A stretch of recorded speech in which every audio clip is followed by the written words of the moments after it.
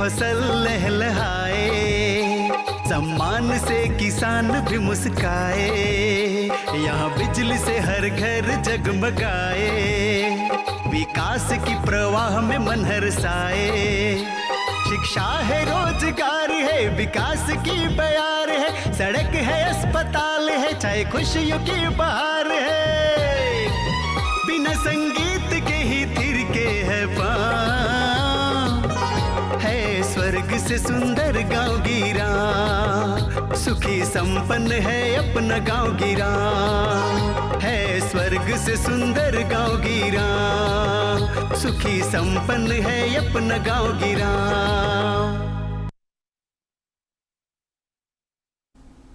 जोहार, मैं हूं रवि प्रकाश और यह कार्यक्रम है गांव गिरांव। झारखंड में जब भी खेती की बात होती है तो हमेशा यह चिंता रहती है कि एक वैसे प्रदेश में खेती की बात हम कर रहे हैं जहां पानी का बहुतायत नहीं है, पानी का संकट रहता है, खेत जो है वो समतल नहीं है, अलग अलग तरह की ज़मीन है, टाड़ है, ऊपरी ज़मीन है, कुछ ज़मीनें समतल हैं। तो हर बार ये ख्याल रखते हैं जो कृषि विशेषज्ञ हैं वो इसका कि अधिकतम उपज कैसे ली जाए, और जब मैक्सिमम उपज की बात होती है तो हम उन सब चीज़ों का ख्याल रखते हैं जो छोटे छोटे कंपोनेंट्स हैं उनके बारे में बात करना चाहते हैं, जैसे मिट्टी के बारे में बात करना चाहते हैं, खाद के बारे में बात करना चाहते हैं, बीमारियों के बारे में बात करना चाहते हैं जो लगती हैं फसलों में, कीट पतंगों के बारे में बात करना चाहते हैं, ताकि हम इस तरीके से पहले ही इतनी सावधानियां बरत लें, इस तरीके से तैयार हो जाएं कि जो भी उपलब्ध संसाधन हमारे पास है उन संसाधनों में हम बेहतरीन उपज ले पाएँ, ताकि हमारे राज्य के किसानों का विकास हो, और हमारे राज्य के किसानों का विकास होगा तो देश के विकास में भी हमारी भूमिका होगी। तो आज के कार्यक्रम में बात करना चाहते हैं मिट्टी के स्वास्थ्य के बारे में, कि जो मिट्टी है हमारी, और जिसे हम कहते हैं कि अम्लीय मिट्टी है, या अलग अलग जगहों पे अलग अलग तरीके की डेमोग्राफी है झारखंड में, तो इस मिट्टी का स्वास्थ्य कैसा है झारखंड की ज़मीन का, इस मिट्टी के स्वास्थ्य को कैसे ठीक कर सकते हैं, खेती में कैसे इसका फ़ायदा उठा सकते हैं, इन सब चीज़ों पर बात करेंगे अगले आधे घंटे तक। और इस पर बात करने के लिए हमने एक खास मेहमान को बुलाया है। हम स्वागत करते हैं नवीन कुमार जी का। जी नमस्कार। कृषि विशेषज्ञ हैं और एक कृषि उत्पादों की कंपनी है मैट्रिक्स ग्रुप ऑफ कंपनीज़ के CMD हैं। और क्योंकि कृषि में इनकी रुचि है तो कई विश्वविद्यालयों में, जो राज्य विश्वविद्यालय है या फिर इस यहाँ पे जो दूसरे विश्वविद्यालय हैं निजी, उनमें जो कृषि के से जुड़े हुए पाठ्यक्रम हैं उन पाठ्यक्रमों के बच्चों को जाकर पढ़ाते भी हैं। सर, आपका स्वागत है हमारे इस कार्यक्रम। धन्यवाद, नमस्कार, जोहार। पहले तो ये बताइए सर कि कैसी है मिट्टी हमारे यहाँ की, हमारे मुख्य रूप से हम लगभग 22-23 साल से झारखंड की कृषि प्रणाली को हम देख रहे हैं, यहाँ के किसानों का खेती करने का पैटर्न भी देख रहे हैं, और हमें बहुत दिनों से एक मन में इच्छा थी कि किसानों को इसके बारे में जानकारी दिया जाए कि कुछ ऐसी कार्यकलाप किसान कर रहे हैं अपने मिट्टी के साथ जो दिन प्रतिदिन मिट्टी का स्वास्थ्य खराब होता जा रहा है। हम बात करेंगे मिट्टी का। सबसे पहले मिट्टी 2 तरह की होती है और झारखंड में भी इसमें बहुत बड़ी समस्या है। एक तो अम्लीय मिट्टी और एक क्षारीय मिट्टी। जैसा कि सब जानते हैं लगभग झारखंड में 79 लाख हेक्टेयर ज़मीन है, कृषि योग्य भूमि है, उसमें से मात्र 39 लाख हेक्टेयर भूमि पे खेती की जाती है, और उसमें से भी 10 लाख हेक्टेयर भूमि ऐसा है जो कि अम्लीय है। अब अगर किसान को पता चले कि अम्लीय किस मिट्टी को कहते हैं, क्षारीय किस मिट्टी को कहते हैं, तो इसके लिए उनको है जो जांच केंद्र जाना पड़ेगा। सरकार की तरफ से कई एक जगह पे कृषि के लिए भूमि जांच के लिए या मिट्टी जांच के लिए प्रयोगशाला भी लगाया गया है। किसान अगर चाहे तो अपना मिट्टी का नमूना ले करके वहाँ भी जाँच करवा सकता है। लेकिन मैं आज कृषि विशेषज्ञ से हट करके एक ऐसी बात किसानों को बताऊंगा जो लगेगा कि उनके घर का कोई भाई बेटा बता रहा है और बिल्कुल उनको समझ में आएगा। उसके लिए कोई प्रयोगशाला जाने की ज़रूरत नहीं है, ना ही उनको कृषि विज्ञान केंद्र जाने की ज़रूरत है। 2 तरह की मिट्टी मुख्य रूप से यहाँ पे झारखंड में है, एक तो अम्लीय और दूसरा क्षारीय। अब घर में ही अगर किसान चाहे तो ये पता कर सकता है कि हमारी मिट्टी अम्लीय है या क्षारीय है। जब तक ये पता नहीं होगा तब तक आप मिट्टी का स्वास्थ्य प्रबंधन नहीं कर सकते। और इसको पता करने के लिए हम 2 ऐसी विधि बता रहे हैं जो कि घर में ही किसान इसको जांच कर लेगा कि हमारी मिट्टी अम्लीय है या क्षारीय है। इसके लिए हमें सिर्फ 2 चीज़ों की ज़रूरत पड़ती है जो लगभग हर घरों में होता है। एक तो विनेगर, जिसको कि माताएं बहनें घरों में दूध फाड़ने के लिए यूज करती है। अचार में जिसको हम सिरका भी बोलते हैं, और अचार में भी उसको डाला जाता है अचार को के लाइफ को बढ़ाने के लिए। तो एक तो विनेगर से हम पता कर सकते हैं कि हमारी मिट्टी क्षारीय है या नहीं है, और दूसरा बेकिंग सोडा जो खाने वाला सोडा होता है, इससे हम पता कर सकते हैं कि हमारी मिट्टी अम्लीय है या नहीं है। करना सिर्फ इतना है कि आपको अपने बगान का या खेत का लगभग 1 कप मिट्टी लेके आना है। 1 कप मिट्टी लाने के बाद उसको बिल्कुल साफ़ कर लेना है। उसमें अगर किसी प्रकार का खरपतवार है, कंकड़ पत्थर है, तो उसको हटा करके एक बड़े गिलास में उसको डाल देना है। डालने के बाद उसमें आधा गिलास पानी डालना है और उसको कीचड़ की तरह बिल्कुल किसी लकड़ी से घोल करके ऐसा इतना घोलना है कि वो कीचड़ जैसा हो जाए।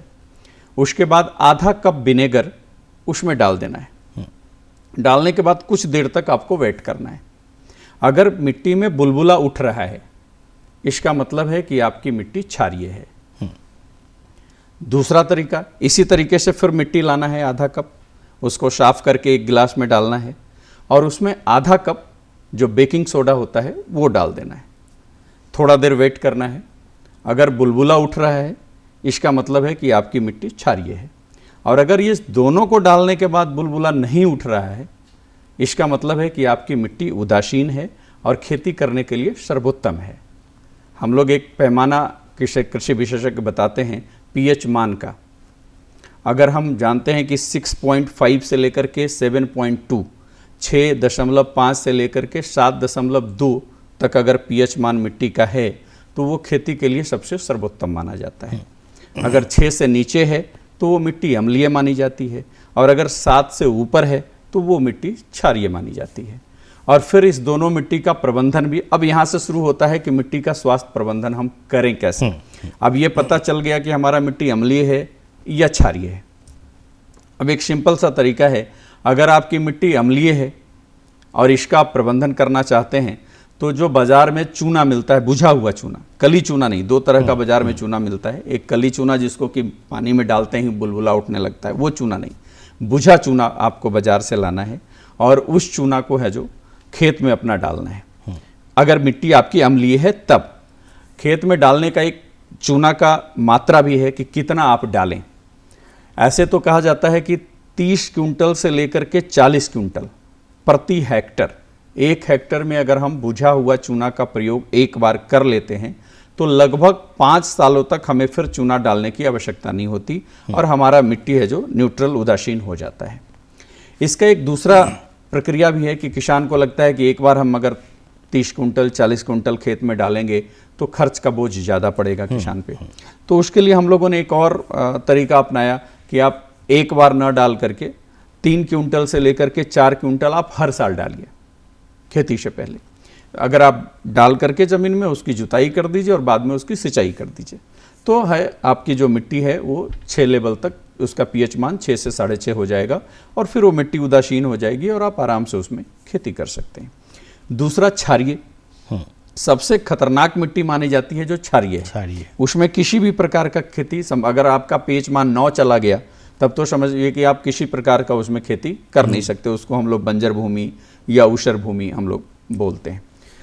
अब उसके लिए क्या है कि उसको अगर ठीक करना है तो उसके लिए सबसे अच्छा जो तरीका है वो सबसे पहले तो तरीका ये है कि उसमें जितना ज़्यादा से ज़्यादा हो सके पानी का लिंचिंग कराया जाए, मतलब उसमें पानी जमा कराया जाए।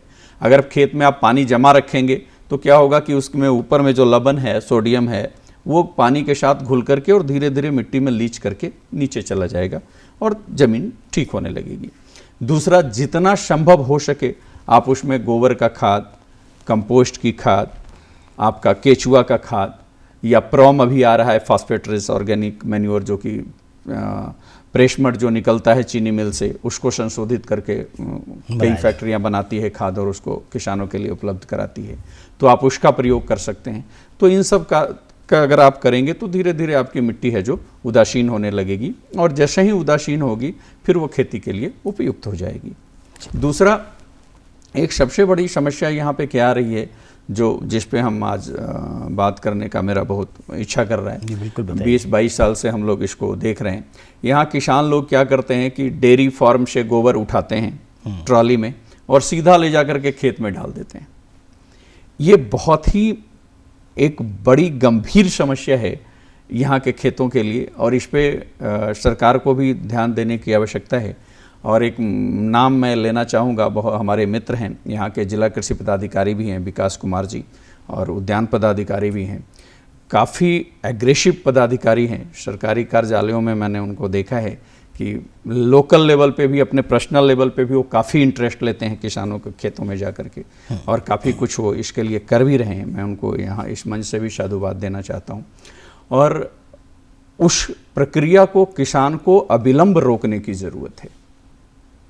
कोई भी वैज्ञानिक, या वो भी इतने दिन से खेती कर रहे हैं, कोई ये नहीं कहता कि आप गोबर खेत में डालो। ये तो कहते हैं गोबर को सड़ा के खाद बना के कोई भी डालिए। किसान या कोई भी वैज्ञानिक ये बताता है कि आप गोबर की खाद खेत में डालिए, कंपोस्ट खेत में डालिए। अगर किसान कहता है कि हमारे पास समय नहीं है, समय नहीं है, आप घर जाते हैं, आपको अगर भूख लगा है तो आप चावल उठा के नहीं खा लेंगे, आप आलू उठा के नहीं खा लेंगे, उसको प्रोक्योर करेंगे, बनाएंगे भात, उसके बाद ही खाएंगे। लेकिन पौधे को क्या बोलते हैं, ज़मीन को क्या बोलते हैं कि भैया गोबर लो और तुम खाओ। तो कहीं ना कहीं जितना आप समझते हैं कि गोबर डाल करके हम फायदा पहुंचा रहे हैं, वो उससे ज़्यादा कहीं नुकसान हो रहा है। आप गोबर की बाकायदा खाद बनाइए, कंपोस्ट बनाइए, और उसके लिए बहुत ज़्यादा वैज्ञानिक विधि में भी जाने की ज़रूरत नहीं है। हम ऐसी बात आज यहाँ कर रहे हैं जो किसान के लिए फिजिबल हो, जो किसान आसानी से अपने स्तर पे गांव में कर सकता है, हम उस पर बात कर रहे हैं। सामान्य सी प्रक्रिया है कि जहां आप गोबर को स्टोरेज करते हैं, जिस जगह पे स्टोर करते हैं, प्लेन जगह पे आप स्टोर करते हैं, उसको प्लेन जगह पे ना करके वहां पे आप गड्ढा कर दीजिए। गड्ढे में चौड़ाई लंबाई का कोई मानक नहीं है, आप जितनी मर्जी उतनी रख लीजिए, सिर्फ गहराई 3 फीट से ज़्यादा नहीं होना चाहिए। एक गड्ढा बनाइए, गड्ढे में गोबर को है जो पानी में घोल करके पहले गड्ढे की दीवार जो है उसकी लिपाई कर दीजिए, और फिर उसी में गोबर डालते रहिए।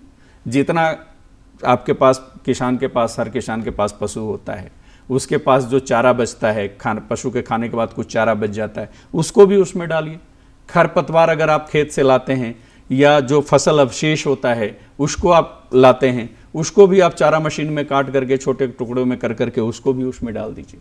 जब लगे कि गड्ढा हमारा आधा भर गया, तो सिर्फ एक काम किसान को करना चाहिए, और वो है कि एक फॉस्फेट सॉल्युबल बैक्टीरिया बाजार में आता है, जिसको हम बोलते हैं PSB, फॉस्फेट सॉल्युबल बैक्टीरिया। वो बाजार से किसान ले आए, 200 ग्राम से लेकर के 1 केजी तक, जिस हिसाब से उसका गड्ढा है उस हिसाब से जी, उस हिसाब से उसको ले आए, और एक बार उसको सिर्फ छींट दे, और छींट करके हल्का पानी उसमें दे दे ताकि उसमें नमी हो जाए, और फिर उसमें गोबर डालते रहे। अब मेन प्रक्रिया करने की ये है कि जैसे ही वो गड्ढा भर जाए, उसमें 1-2 केजी सिंगल सुपर फास्फेट ऊपर से ला करके छिड़काव कर दें। और अब जो मेन काम करना है वो ये करना है कि गड्ढे को ऊपर से 3 इंच मिट्टी से बिल्कुल पैक कर देना है, 3 इंच मोटा मिट्टी से बिल्कुल पैक कर देना है। इस तरीके से पैक कर देना है कि नीचे का कोई गैस बाहर ना आए, ऊपर से पानी अंदर ना जाए, मतलब बिल्कुल पैक करके आप उसको 3 महीने के लिए भूल जाइए। अगर गर्मी का दिन है तो 3 महीना, अगर बारिश ठंडे का दिन है तो लगभग 6 महीना तक उसको आप छोड़ दीजिए गड्ढे में। जब वो 6 महीने के बाद या 3 महीने के बाद जब उसको आप गड्ढे को खोलेंगे, और फिर जब उसके अंदर से वो गोबर की खाद निकालेंगे, तो हम समझते हैं कि बाज़ार में उपलब्ध जितनी भी रासायनिक खादें हैं जो 2500-3000 रुपये में किसान खरीद के लाता है, उससे कहीं मूल्यवान खाद उसको तैयार मिलेगा अपने गड्ढे में। और बहुत मेहनत भी नहीं है, और कोई बहुत ज़्यादा मेहनत करने की ज़रूरत नहीं, कोई मशीनरी की ज़रूरत नहीं, कोई बहुत ज़्यादा खर्च की आवश्यकता नहीं है। लेकिन यहाँ पे देखते हैं लोग बस यहाँ से उठा रहे हैं, डाल रहे हैं। अब उसका दुष्प्रभाव क्या हो रहा है, मैं जो आज बात यहाँ पे करना चाह रहा हूँ वो मेन उस पर बात करना चाह रहा हूँ कि आप डाल तो रहे हो, लेकिन उसका दुष्प्रभाव क्या हो रहा है ये आप नहीं समझ रहे हो। मैं यहाँ के झारखंड के किसानों से कहना चाहता हूँ कि आप एक चीज़ देखो, अभी बारिश का मौसम आएगा गर्मी के बाद, जहाँ गोबर आपको पड़ा मिलता है, आप दूसरे दिन तीसरे दिन जा कर के देखिए उस गोबर में फंगस लग जाता है, उजला उजला फंगस लग जाता है, फिर उसमें कीटाणु पैदा हो जाता है। आप यही काम तो कर रहे हैं, आप गोबर खेत में डाल रहे हैं, खेत में उसको नमी मिलेगा, ऊपर से सूरज का धूप मिलेगा, पैदा क्या होगा, फंगस पैदा होगा, जीवाणु पैदा होगा, जो धीरे धीरे आपके खेतों को नुकसान करेगा, आपकी जो फसलें हैं उसमें नुकसान करेगा। और अभी आप देखिए कि यहाँ पे उखड़ा की समस्या बहुत ज़्यादा है, पौधे सूख जाता है, खेत में अदरक लोग लगाता है सूख जाता है, हल्दी लोग लगाता है, सूख जाता है। बैगन का पौधा लगाता है, सूख जा रहा है।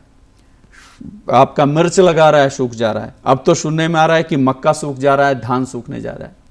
तो अगर इस प्रक्रिया को अविलंब किसान भाई बंद नहीं किया कच्चा गोबर खेत में डालने का, तो आने वाला समय में उसको बहुत ज़्यादा नुकसान झेलना पड़ेगा।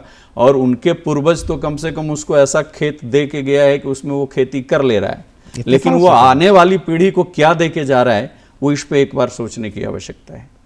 खेत का स्वास्थ्य दिन प्रतिदिन खराब होता जा रहा है और आने वाले समय में ऐसा हो जाएगा कि कोई भी फसल लगाएगा उसमें से 50% फसल सूख जाएगा, उसको उखड़ा बीमारी लग जाएगा। बिल्ट जो ज़मीन में होता है उसको मारना संभव नहीं है। अभी तक भारत में कोई ऐसी टेक्नोलॉजी नहीं हुई जिससे कि हम बिल्ट को मार सकें।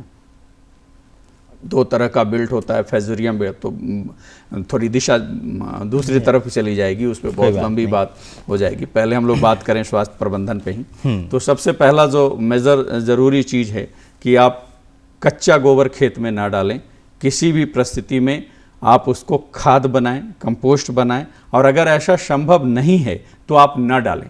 कितना किसान बोलते हैं कि हम उसको सुखा के डाल देते हैं। सुखाने से तो उसका सारा पोषक तत्व ही खत्म हो जाता है, फिर डालने का कोई मतलब नहीं। आप किसी भी परिस्थिति में आप उसका कंपोस्ट बनाएं, खाद बनाएं, उसके बाद ही खेत में डालें। अन्यथा मेरा तो निवेदन ये है कि उसको ऐसे ना डालें बिना प्रोसेस के।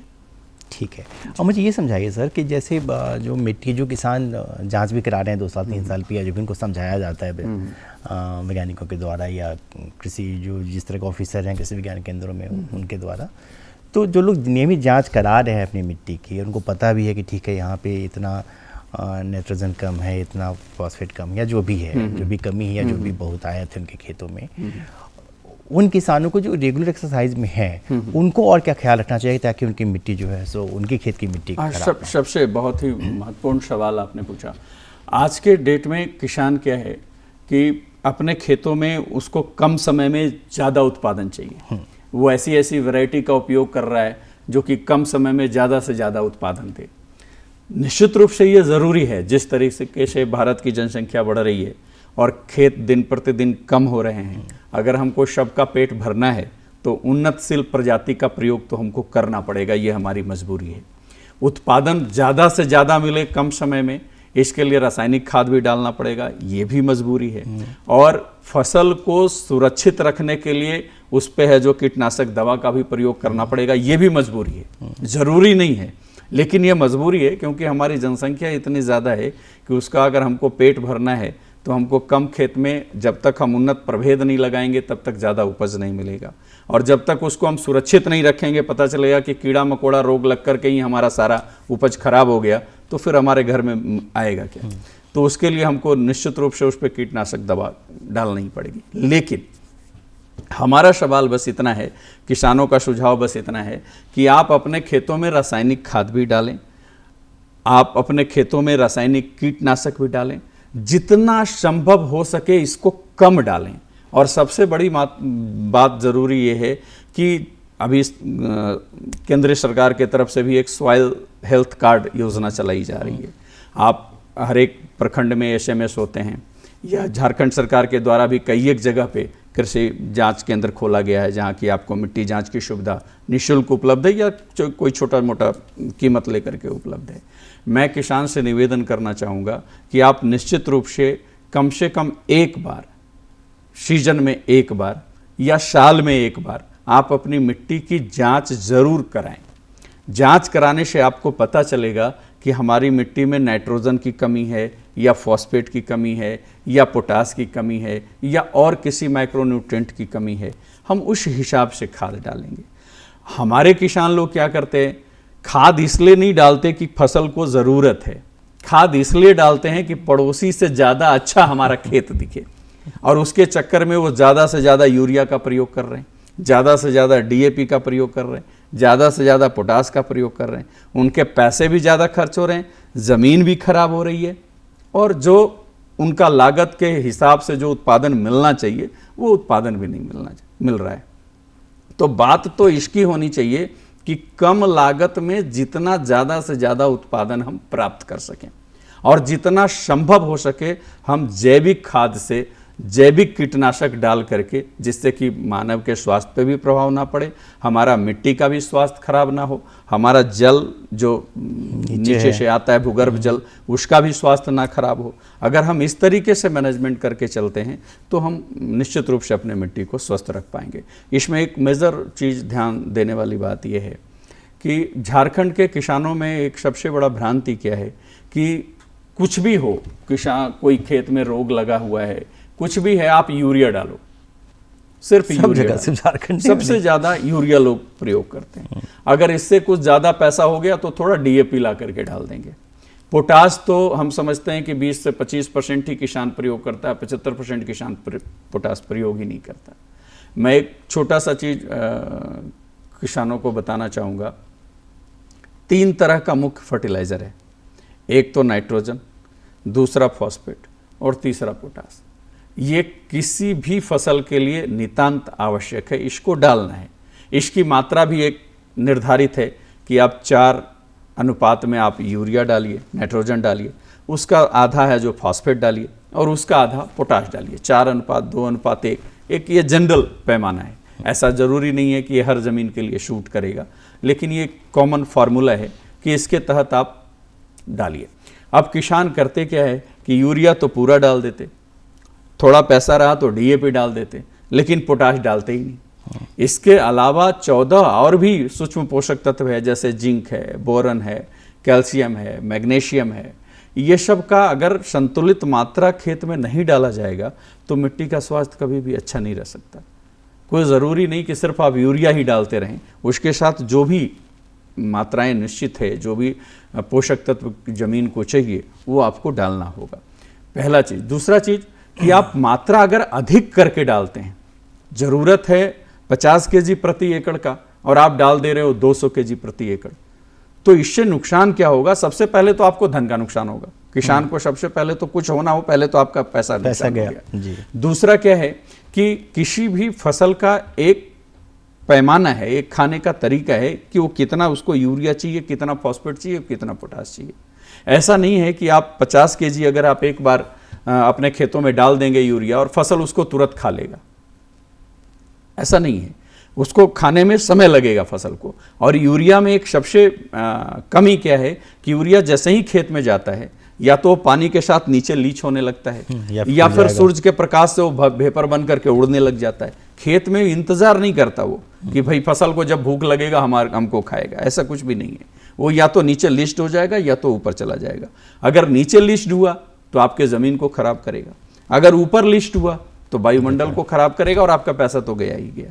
तो इसलिए अगर आपको 50 केजी डालना ही है तो उसको कई एक पार्ट में डालिए, 10 केजी 15 केजी एक बार में डालिए। फिर 5-7 दिन के बाद अगर आपको ज़रूरत लगता है कि भाई यूरिया तो एक ऐसी चीज़ है जिसकी कमी फसल को नंगी आंख से दिखता है, ये फसल में यूरिया की कमी है, तो फिर आप 7 दिन 10 दिन के बाद आप डालिए ना। ऐसा नहीं कि एक ही बार आप बोड़ा लाए और पूरा 1 एकड़ में 50 केजी डाल दिए।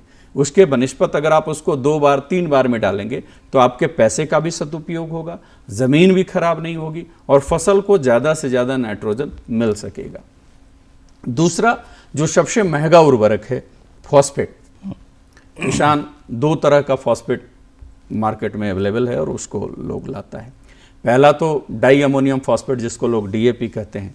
पहले तो किसान भाई को ये जानकारी होनी चाहिए कि डीएपी में यूरिया है, डीएपी में डाई अमोनियम और फॉस्फेट का मिश्रण है। वो यूरिया उसमें 18% पाया जाता है और फॉस्फेट उसमें 46% पाया जाता है। अगर आप किसी भी फसल में रोपाई के समय डीएपी का प्रयोग कर रहे हैं तो उसमें ऊपर से यूरिया डालने की कोई आवश्यकता नहीं है, क्योंकि शुरुआत में फसल को बहुत कम नाइट्रोजन की आवश्यकता होती है और जितनी नाइट्रोजन की आवश्यकता होती है उतनी उस डीएपी में है। इसलिए ऊपर से यूरिया डालने की आवश्यकता नहीं। किसान भाई को अगर आप देखेंगे, मैं कई एक जगह प्रैक्टिस देखा हूँ, डीएपी भी डाल रहे हैं, उसमें यूरिया भी मिला के डाल रहे हैं, उनको पता ही नहीं कि इसमें है यूरिया या नहीं है। तो पहले तो किसान भाई को मैं ये जानकारी देना चाहूँगा कि अगर शुरुआत में, सामान्यतः फसलों में शुरुआत में ही डीएपी का प्रयोग किया जाता है, तो अगर आप शुरुआत में डीएपी का प्रयोग कर रहे हैं फसल की रोपाई के समय, तो आप यूरिया का प्रयोग ना करें। उसमें यूरिया है जितनी फसल को रिक्वायरमेंट है शुरू स्तर पे। अब रही फॉस्फेट, फॉस्फेट एक ऐसा खाद है जो सबसे ज़्यादा ज़मीन को खराब करता है और उसका उपयोग अगर जरूरी भी है। हाँ, रबी का अगर सीजन है तो उसमें मात्र 40 से 45% ही पौधा करता है, और अगर बरसात का सीजन है तो 45 से 50% करता है। बाकी 50% जो बच गया फॉस्फेट वो जमीन में फिक्स हो जाता है, और यही धीरे धीरे धीरे धीरे जमीन को कड़ा करता है, और जमीन को में ना श्वास लेने की शक्ति बचती है, ना हवा जाने की शक्ति बचती है, ना पानी रिसाव की शक्ति बचती है। बिल्कुल उसके जितने भी पोर्स हैं, छिद्र हैं, वो धीरे धीरे बंद होने लगता है और ज़मीन है जो कड़ी होने लगती है, और उसी को हम बोलते हैं कि हमारा ज़मीन खराब हो रहा है। तो भाई अगर आपको पता हो कि 50% फॉस्फेट हमारा फिक्स हो जा रहा है, तो आप इसी हिसाब से फॉस्फेट का प्रयोग करें, मात्रा आपको ख्याल मात्रा आप उस हिसाब से रखें। दूसरा, अगर आपने रबी की सीजन में डीएपी डाला है तो निश्चित रूप से 50% फॉस्फेट उसमें है, जमीन में है। आप ये कोशिश करें कि खरीफ के सीजन में वो जो फिक्स फॉस्फेट है उसको हम यूज कर लें। अगर वो फॉस्फेट अगर आप यूज कर लेते हैं तो आपको पहले तो पैसा का बचत होगा, दूसरा आपकी जमीन खराब होने से बच गई।